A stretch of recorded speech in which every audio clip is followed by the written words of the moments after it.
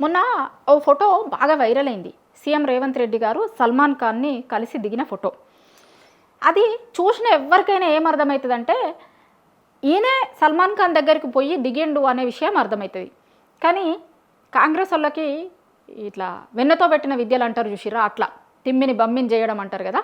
CM గారు బోయి కలవలేదట సల్మాన్‌ని. సల్మాన్ ఖానే వచ్చి సీఎంని కలిషిండు అని చెప్పే ప్రయత్నం చేషిర్రు. ఎప్పుడు బయటపడ్డది? వెనక ఉన్న ఫోటో బయట పెట్టింది ఇదంతా. ఒకవేళ సల్మాన్ ఖానే రేవంత్ రెడ్డిని వచ్చి కలిసిర్రనుకో, వీళ్ళిద్దరు దిగిన ఫోటోలో వెనకాల సల్మాన్ ఖాన్ ఫోటో ఎట్లుంటుంది అంటే, రేవంత్ రెడ్డి ఇంట్లో సల్మాన్ ఖాన్ ఫోటో పెట్టుకున్నాడా? అది ఆయన ఇల్లో క్యారవాను అనేది అర్థమైపోతుంది ఆ ఫోటో చూస్తేనే. కానీ నమ్మించే ప్రయత్నం, జనాల్ని నమ్మించే ప్రయత్నం చేసిర్రు. కానీ దాంట్లో సక్సెస్ కాలే కాంగ్రెస్ పార్టీ నాయకులు. అసలు మస్తు ఒకటి ఏం చెప్పదలుచుకున్నామంటే, మీ పిఆర్ టీంని మార్చుకోరు రేవంత్ రెడ్డి గారు. మిమ్మల్ని ప్రతిపక్షం వల్లో ఇంకొకరో సోషల్ మీడియా వల్లో ఇరికియాల్సిన అవసరం లేదు.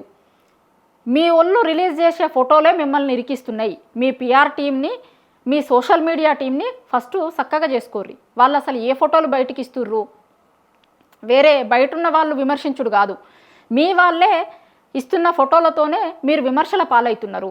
ఫస్ట్ మీ పిఆర్ టీంని, మీ పక్కన ఉన్నటువంటి మీ టీంని సరి చేసుకోర్రి. గతంలో ఇచ్చిన మీరు జర్మనీయో జపానో వేయరు కదా ట్రిప్పు, అప్పుడు ఇచ్చిన ఫోటోలు కూడా గిట్లనే ఉన్నాయి.